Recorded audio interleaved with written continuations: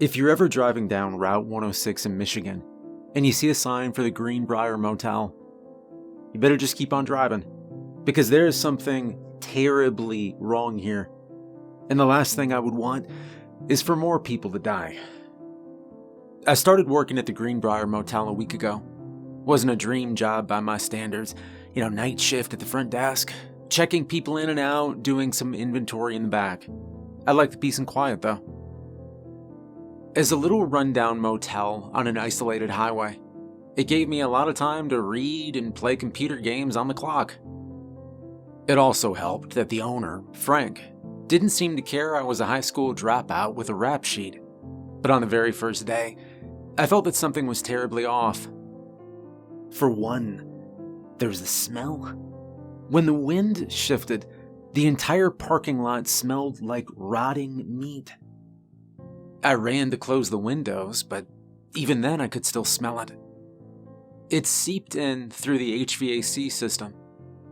The motel is surrounded by deep woods, so I figured maybe we were near the kill grounds of some animal, or maybe it was just the endless roadkill of deer and possums on the highway.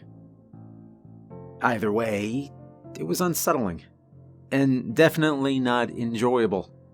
The other thing that struck me as odd were the guest rooms. Some of them didn't have windows, and it seemed like that was intentional. I could see the lines in the paint, the seams outlining where windows had once been. When I asked Frank, he told me that some of the guests asked for windowless rooms, that they were in high demand. He didn't elaborate, and honestly, I was a little scared to press him on it. Things went from strange to downright creepy, however, as soon as Frank left. As I got set up at my desk, a woman walked into the room. She was in her 40s, maybe, with black hair and very pale skin. As soon as she stepped inside, she locked the door behind her. "Frank left, right?" she asked me. "Yeah," I replied. Who are you?" She introduced herself as Matilda.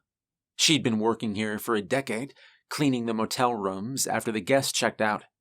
After a few minutes of small talk, she suddenly came up to the counter and lowered her voice. "I want to make sure you're safe around here," she said, glancing back towards the door nervously. "So I need you to listen to me, okay?" Okay. "Whatever you do, don't ask questions. Just check people in, check them out, and mind your own business. And then you'll be fine." My stomach did a little flip. Okay, so it was that kind of motel. A legal business of multiple kinds, probably. All being conducted under our leaky roof. "What if the police come?" I asked. "Am I going to be arrested too?" She gave me a blank stare. "The police?" "Well, yeah, say they find evidence of, illegal activity in one of the rooms. Will that get me in trouble?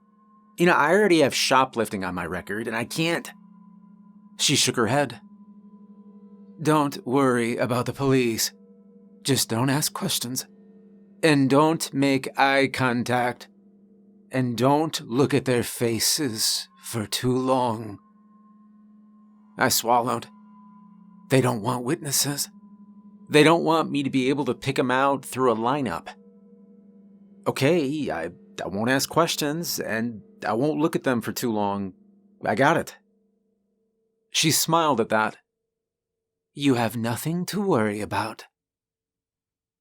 As it turned out, though, I did.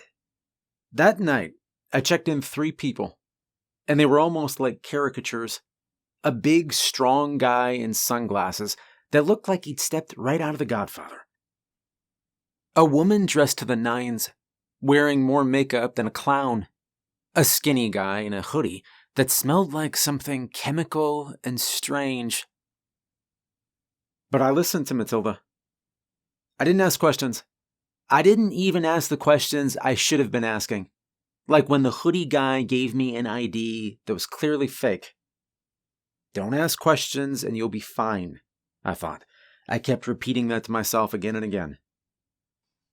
And I kept my eyes glued to the computer screen, never even glancing up at them. When it hit midnight, I assumed the rest of the night would be smooth sailing. On this lonely stretch of highway, it was unlikely anyone else would check in. I pulled up Minesweeper, yeah, I know, and I played some music on my phone. My peace and quiet, however, was interrupted by the door swinging open. At 2 a.m., I glanced up to see the guy in sunglasses, the guy who looked like he'd stepped out of The Godfather. Ah, damn. I knew I should have locked the door. I swallowed, and I kept my eyes glued to the computer screen as he approached. "Can I help you?" I asked, watching him in my peripheral vision. "Yeah. You have any razors for purchase?" I froze. Razors? At 2 a.m.? I instantly got a mental image of him slashing someone up in his room, blood all over the sheets, soaking into the carpet.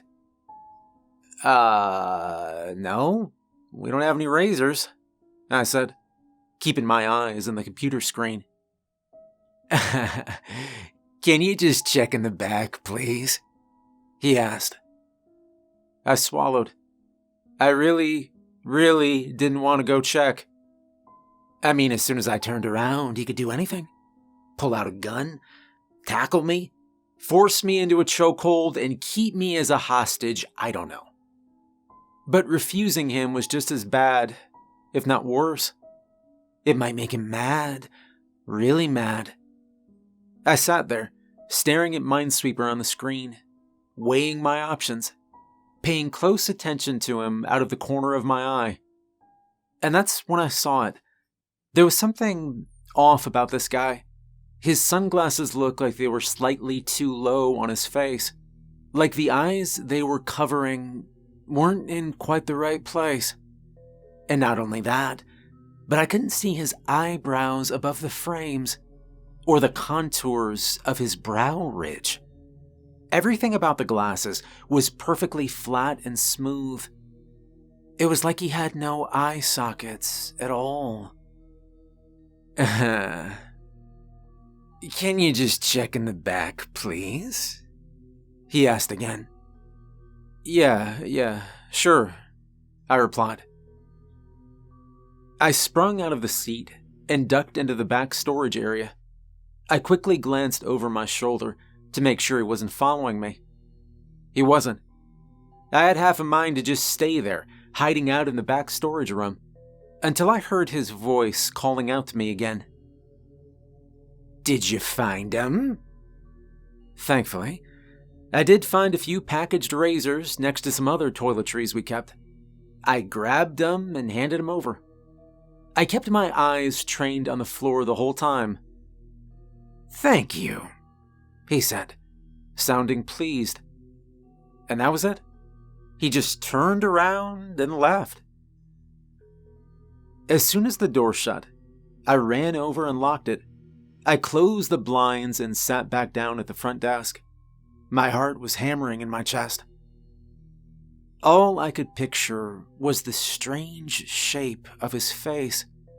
And as I sat there, I realized something. All 3 guests that I'd checked in since the start of my shift, the Godfather guy, the makeup woman, the hoodie guy, they all had something covering their face or head. I mean, I wasn't exaggerating about the woman having enough makeup for a clown. She was wearing foundation so thick that it cracked around the corners of her eyes and lips, and she wore false eyelashes so long. You know, they almost looked like spider legs. And hoodie guy had kept his hood pulled so tightly over his head that I couldn't see his ears and hair. It was like they all had something to hide. Morning couldn't come soon enough. As soon as the day shift workers arrived, I got the hell out of there.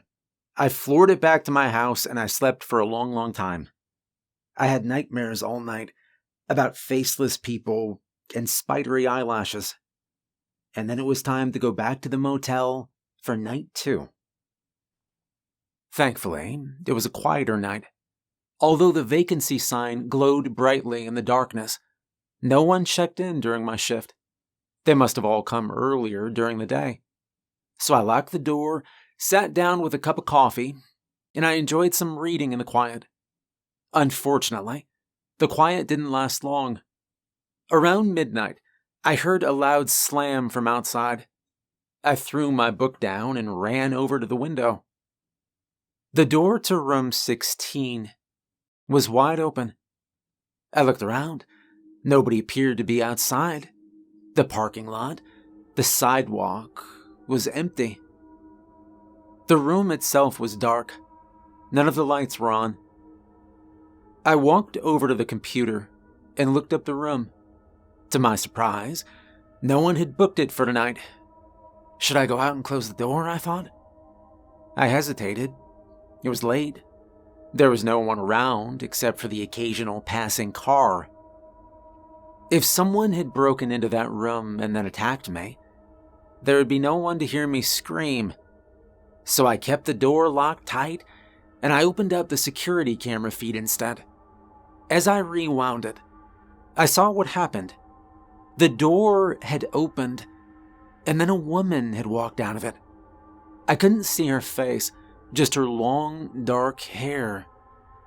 And then she disappeared into room 22.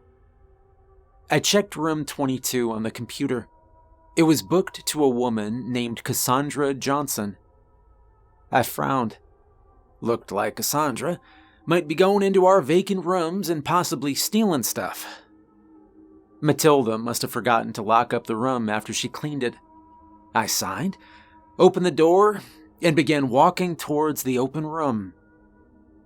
I thought about knocking on room 22, but then decided against it. Keep your nose out of other people's business, I thought. I'd just lock up room 16 and go back to the lobby like a good little employee. I walked towards the open room, but as soon as I got close, I could smell something horrible. It was like something rotting, decaying. My stomach turned. What did Cassandra do in there? Throw up? Stash all her garbage in there? I reached into the darkness of the room. Bracing myself, I flicked on the light. The room looked normal. The bed was made. The carpet was clean. But the smell only got stronger. I pinched my nose as I glanced around, starting to feel nauseous. And then I saw it. There was something on the carpet, just barely poking out from the other side of the bed. What is that? It was tan and folded over itself, like a beige sheet or pillowcase had been bunched up on the other side. But all our sheets were white. I stepped into the room, my heart pounding in my chest. Hello? I called out. Nothing. The smell got even worse as I approached the bed. Nausea washed over me. I forced myself to keep going, pinching my nose, swallowing down the urge to throw up. I peered over the side of the bed and froze. There was a pile of beige, slightly translucent material folded over itself on the other side, but I instantly recognized certain shapes attached to it. Awfully familiar shapes. Like 5 fingers. It looked like a glove made of skin poking out from under one of the folds. It looked like someone had shed their skin. I stepped back, my legs shaking underneath me. It can't be. I backed away towards the door. My throat was dry. Because it didn't make sense. It didn't even make sense for it to be a murder. There wasn't any blood on it. It hadn't been cut off someone. It was like a snake skin. clean and perfect, holding the shape of its wearer like a ghost. I ran out of the room, and I saw walking toward me down the sidewalk the woman from room 22. Strands of her dark, straight hair hung over her face, but I could tell through her hair that there was something wrong with her face. Her eyes and her lips, they were in slightly wrong positions. She walked toward me, fast. Her shoes clicked on the pavement. I didn't want to find out what she'd do if she caught me, and I whipped around and I ran as fast as I could. I could hear her running behind me. She was running much faster than what I thought possible for heels. But I forced myself to go faster, and then I was inside the lobby. I clicked the lock shut and I collapsed in the back room where she couldn't see me. And that was when the whistling started. Just outside the door, I could hear her whistling. The source of the sound shifted as she circled the lobby area, looking for a way in. I heard it at the door, then at the back, then through the side windows, then back at the front door. This went on for an hour. Finally, the whistling faded. But I didn't move. I stayed there. I huddled in the back storage room until dawn broke. As soon as the day shift arrived, I booked it out of there as fast as I could. I wanted to quit. With everything the way it is, I wanted to just walk away. But I needed the money. I already knew how hard it was, finding a job with a rap sheet. It was either go back to this job, no matter how scary it was, or face eviction. So I went back.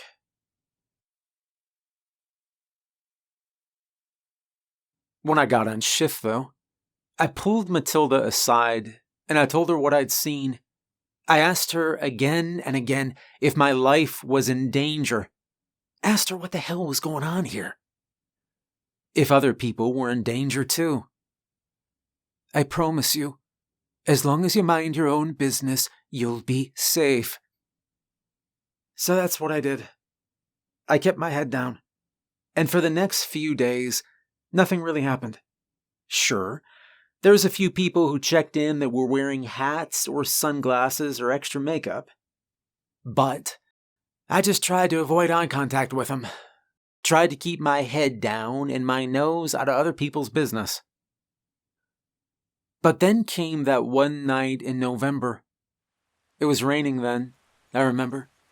The rain came down in sheets, and every so often I heard thunder shake the windows. I wasn't expecting anyone to come in that night. I didn't see that many cars driving by on the highway. The rain seemed to keep everybody in. But then I heard a knock, and when I looked up, I saw a man staring in the window. A chill ran down my spine. He was wearing a hoodie that kept his face mostly in shadow, and he was aggressively banging on the window. It was like he was in a hurry. I grabbed the mace I kept under the counter, and I slipped it into my pocket. And then I approached the window. Yeah. Do you have any vacancies? He asked in a low voice. I could barely hear him over the pounding rain. The vacancy sign glowed brightly behind him. There's no way he could have missed it.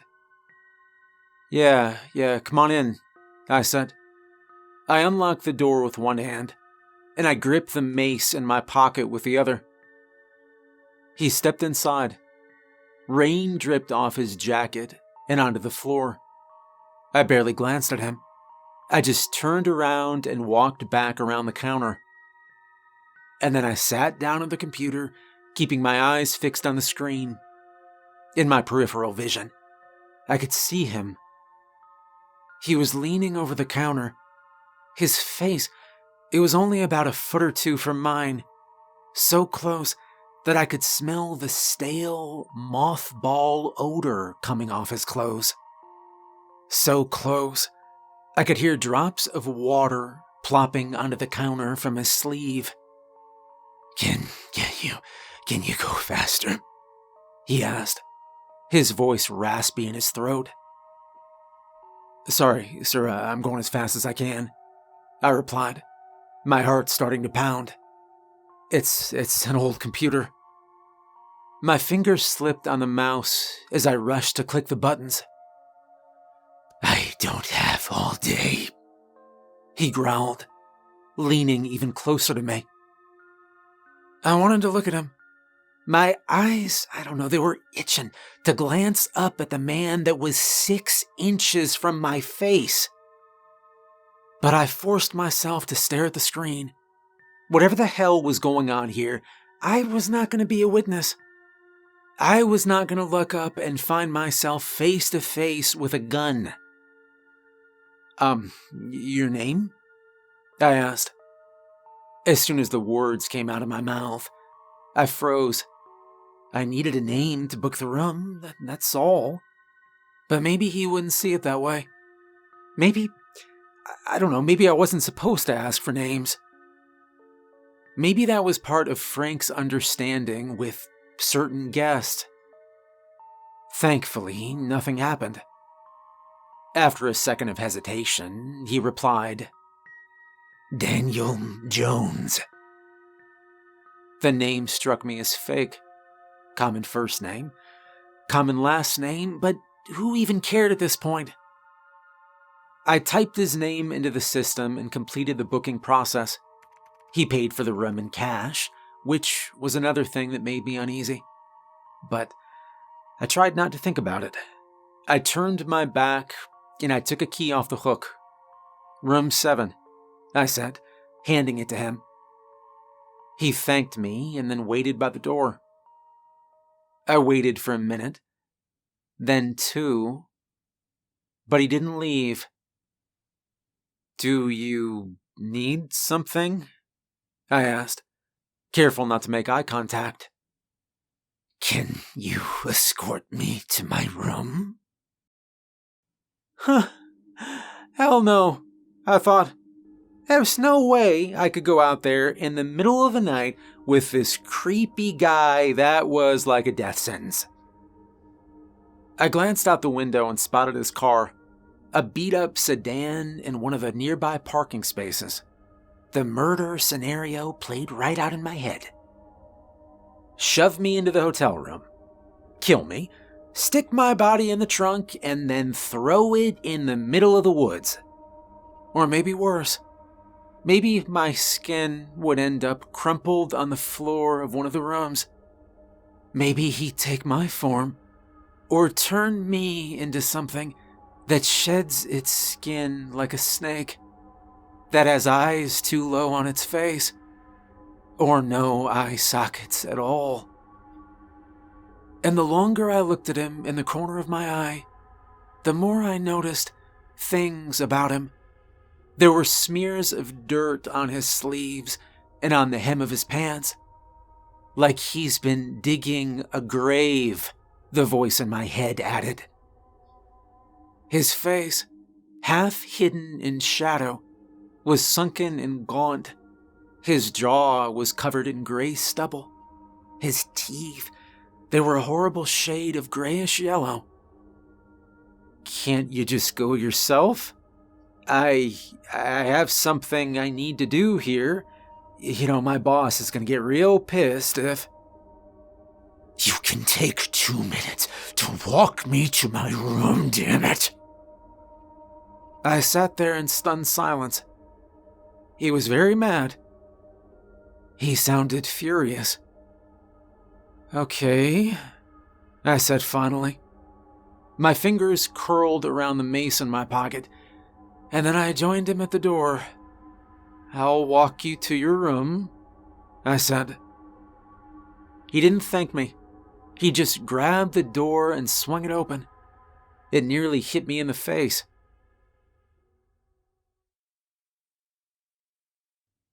I stepped out into the pouring rain with him. The parking lot was like a lake, and our feet sloshed loudly through the water.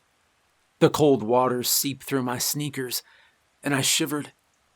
I followed the man to his car, staying a good 15 feet away. He popped the trunk, and I held my breath, but thankfully, there was only a duffel bag inside. He put it on his shoulder and started for room 7. I followed him at a distance, staying several feet away, watching him fidget with the key. You got a lot of other people staying here right now?" he asked, as he slid the key in the lock. "Some," I replied. "Not great weather for it," he said. "Not really," I replied.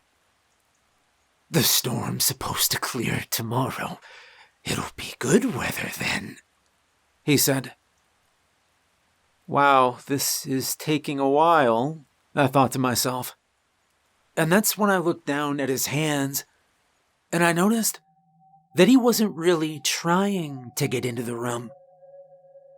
He was just inserting the key, pausing, and then pulling it out, over and over again. He was stalling. He was keeping me here on purpose. I looked up from his hands, just in time to see him staring at me. His blue eyes were intense, studying me. I wanted to run away. Every inch of me was screaming to get out of there. But the guy had like 7 inches on me, and he was really thin. Probably catch me in like 2 seconds. I was never much of a runner. I slipped my hand in my pocket, curling my fingers around the mace. "Do you need help getting into your room?" I asked. He shook his head. "I'm gonna go back to the front desk," I said, taking a step back. As soon as I said that, he froze. His eyes widened as he stared at me. Slowly, he shook his head, his lips stretching into a grimace that showed his yellowed teeth. "Don't go," he growled, his voice barely audible above the rain. "Stay exactly where you are." I leapt into action. I whipped the mace out of my pocket and I held it in front of me, pointing it right at him. "All right, don't get any closer, man." My finger hovered over the trigger. And then I heard it. Whistling. Someone was whistling behind me in the rain. The song cut through the raindrops like a knife. It was the same eerie tune that woman had whistled a few days ago. "I'm sorry," the man said quietly, his blue eyes locked on mine. "But I needed bait." I stared at him. My brain couldn't even process what he was saying. Bait? I took a stumbling step back. The whistling grew louder. I whipped around, and through the rain, I could see someone walking through the parking lot, barely lit by the flickering street lamp. The mace fell from my hands, and then I turned and ran as fast as I could towards the lobby. The whistling stopped, and then I could hear loud, splashing footsteps growing louder with every second behind me. I swung the door open, slammed it shut, and I locked it. I pulled the blinds down over the window. Panting, I opened them with my fingers, and I peered out into the night. There was a woman standing in the parking lot. The same woman I'd seen a week ago. Her hair and clothes were drenched with rain, but she was smiling, this big, crooked grin that sent chills down my spine. And her eyes were strange, wide and wild, incredibly light blue. In the darkness, it almost looked like she didn't have irises at all, just 2 pinholes for pupils, staring right at my door. She took a step forward. I ran over to my desk, grabbed my cell phone, and started dialing 911. Come on, operator. I'm at Greenbrier Motel and there's this guy and this weird woman. I was cut off by a loud thump nearby. I ran to the window and looked out. The man who'd booked room 7 was running towards the woman. He was holding something up in the air, a short dagger shining silver in the rain. "He's attacking her," I said into the phone. The woman's face changed. Her features twisted. Her grin crept up to her eyes. Her arms cracked and stretched. She blinked, and her eyes turned pure white. Her body twisted unnaturally at the waist so that she was facing the man.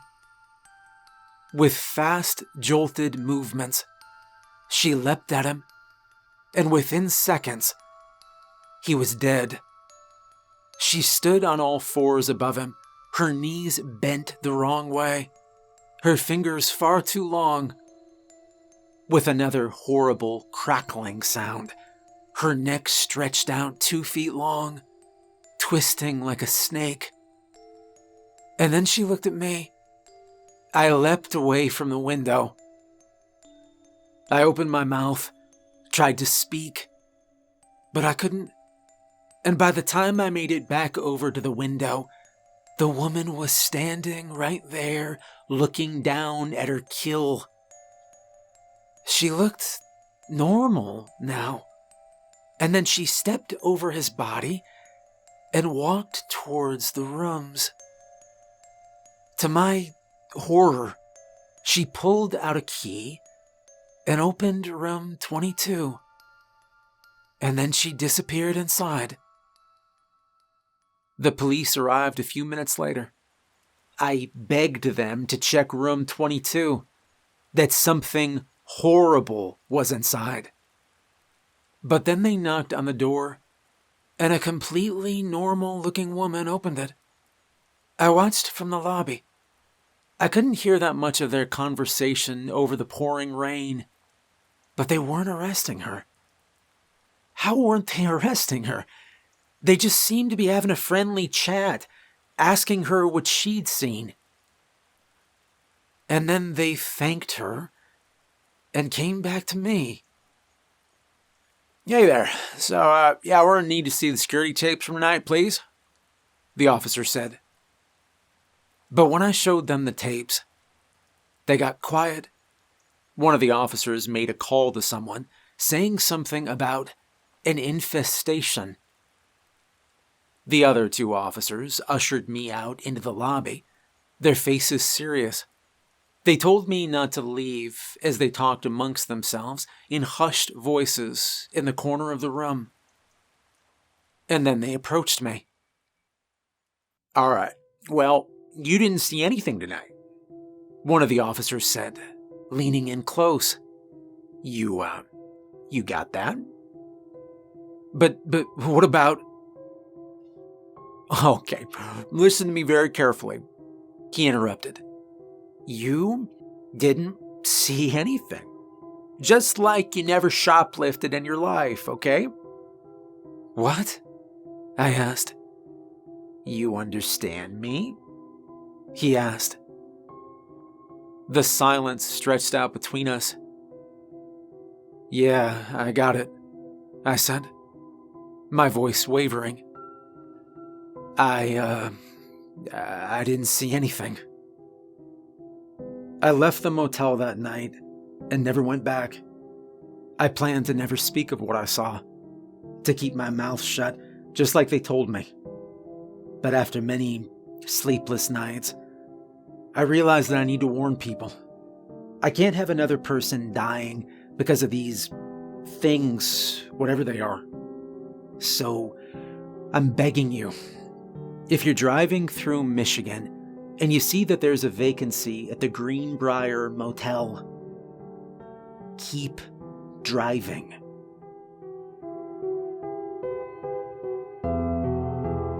Hey, huge thank you to all my patrons. If you'd like to support me on Patreon, there's a link in the description. I hope you enjoyed the story, and have a good night.